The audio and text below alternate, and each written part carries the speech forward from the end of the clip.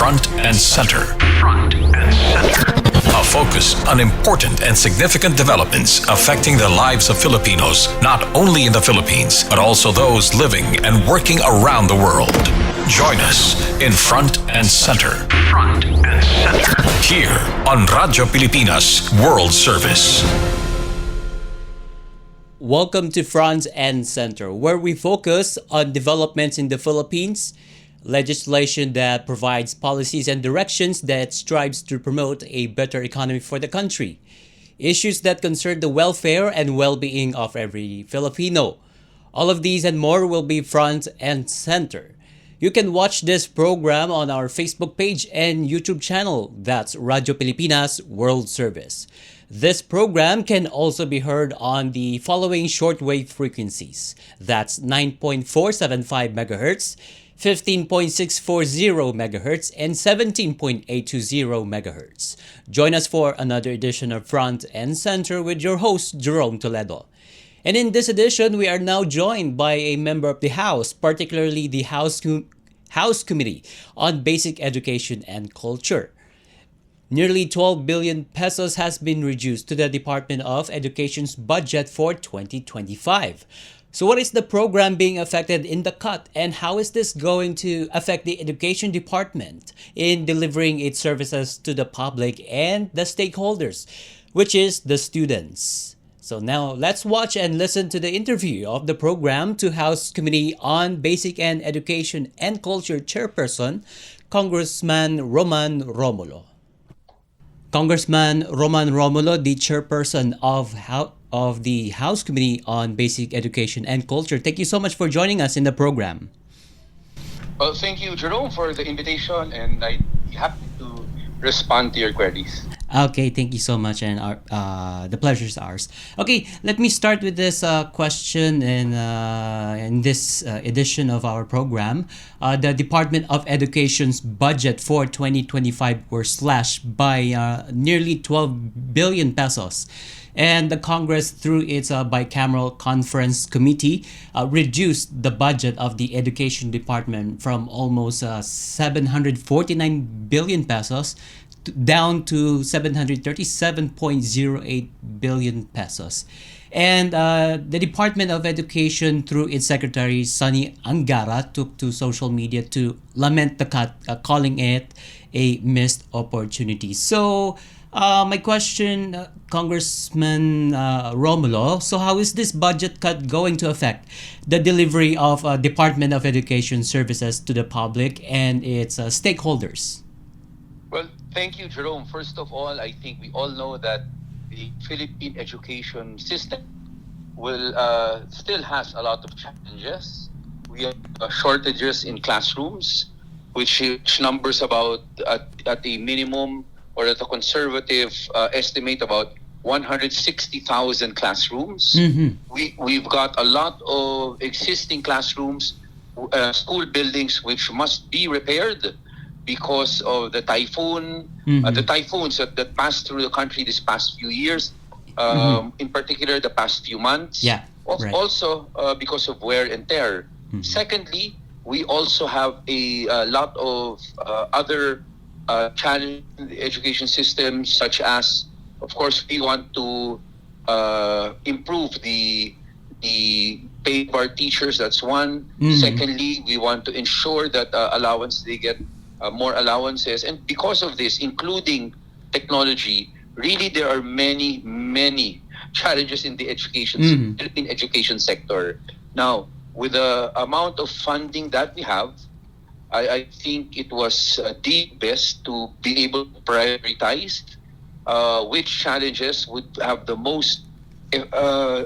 best effect at the moment. And I think we will all agree that the physically going to the classroom is the primary objective that we have. It is easier for our students because of our Wi-Fi situation, because many of our learners, we have about 26 million in our DepEd schools, and probably most of them, except for those that the local governments have provided laptops or gadgets, would have no gadgets. prioritizing everything, I think most important is to get students back into the classroom, back into a single shift.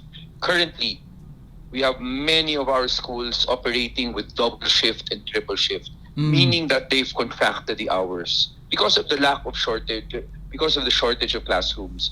So I think what was really done was to prioritize, first of all, to try to bridge that gap, to try to lessen that wide 160,000 classroom shortage, which resulted because of decades, at least a decade of neglect already. Okay. So I think it is important to prioritize. I think we all want all challenges to be answered immediately, but the fact remains that funds are insufficient at this point in time.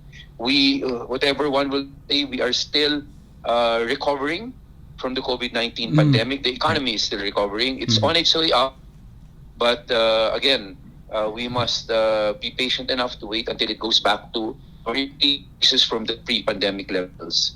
In addition, Jerome, I also just want to add that in the Philippine basic education sector, we have been trying to really provide computers ever since before. If you recall, a long, long time, about 20 years ago, we in fact introduced those computer laboratories in schools. We've had, every now and then, we would issue, or schools, DepEd would issue, and local governments would issue laptops and gadgets to students because technology is good. Technology will help them. But the problem is really, we have not yet perfected that system. I think at this point in time, it is still in its infancy. So my advice to the Department of Education at this point in time is that, okay, we all want to have technology, but we can't just implement, roll it out without having a good plan.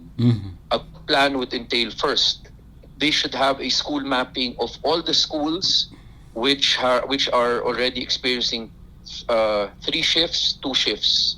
Schools that are always or usually in the path of all these typhoons. Schools with damaged, still damaged classrooms until today. I think that is the first school map that they should come out with. Together with that school map, they should indicate there, first, do they have Wi-Fi or not? Providing them with technology, would they be ready? Do we still have to capacitate the students? Do we still have to capacitate the teachers? So having said that, all these things, even without the budget, they should start already the planning right now so that we can ask the national government and local government for help with respect, so that when we roll it out, when we implement it, we're ready to do it. Even the students are ready, the teachers, the school, everyone is ready. Right now, I think it's great that we want to move towards technology, but we all know there will be hiccups along the way. We know that there will be birth pains. So let DepEd do the plans already now. Go through the initial birth pains so that they are ready when the funding is ready. Oh, okay. So that budget that has been slashed is allocated to information technology thing, right, Congressman Roman? My understanding my understanding of the lament of the secretary is based on the fact that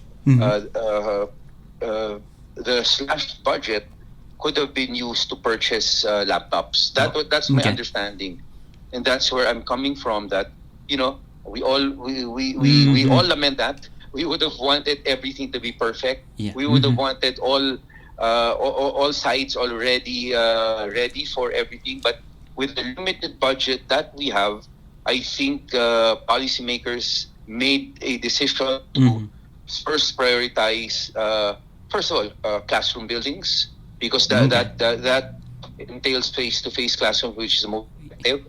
They decided to again, from the resource that they had, they decided to first prioritize the use of it. Okay, but of course the technology is rapidly advancing. This this budget allocated for initially for computer or for buying computers and other technological stuff. So yeah, how do you feel this kind of budget cuts, Congressman, in the long term? Well, what we expect really moving ahead for the next budget cycle, next budget season, hopefully this budget cycle we will be able to reduce that classroom shortage gap. We'll be able to at least repair those classrooms that were damaged by the typhoons throughout the years or wear and tear. And then from there, so long as we have that, I think we can start now migrating towards using some of the funds for a more aggressive purchase or use of technology. But by the time that happens, assuming that will happen in the next budget cycle, I think the Department of Education should do what I was earlier saying about the school mapping, so that they can really lay it down in detail what they need, how they will implement it, so that we all are on the same page. We all know that this is a good. This will immediately be felt by the students. Okay. But there's a tweet coming from the secretary himself, Secretary Angara. He said that since the budget for supposed to be for for purchasing computers and other technological equipments or gadgets, he fears that the digital divide will widen. So, what are your thoughts on that? He fears what? Sorry. Digital divide, because the 10 billion or the nearly 12 billion peso that is supposed to be for purchasing computers and other technological gadgets. So yes, he fears that there will be a digital divide. And what are your thoughts? Yes. Well, Jerome, at the end of the day, this is the budget that we have. This is what was approved. This is what we can do. It is from my point of view, at this point, it is useless for us to lament for too long what happened. Let us work with what we have. Okay. Throughout the years, we know that local governments, including the national government, have already provided many of our schools with gadgets. Let's see what we have on hand right now. I understand that there are also some that were stuck in in warehouses. Let's ask DepEd if all these have already been withdrawn from the warehouses. Where are they now? Where have they been distributed?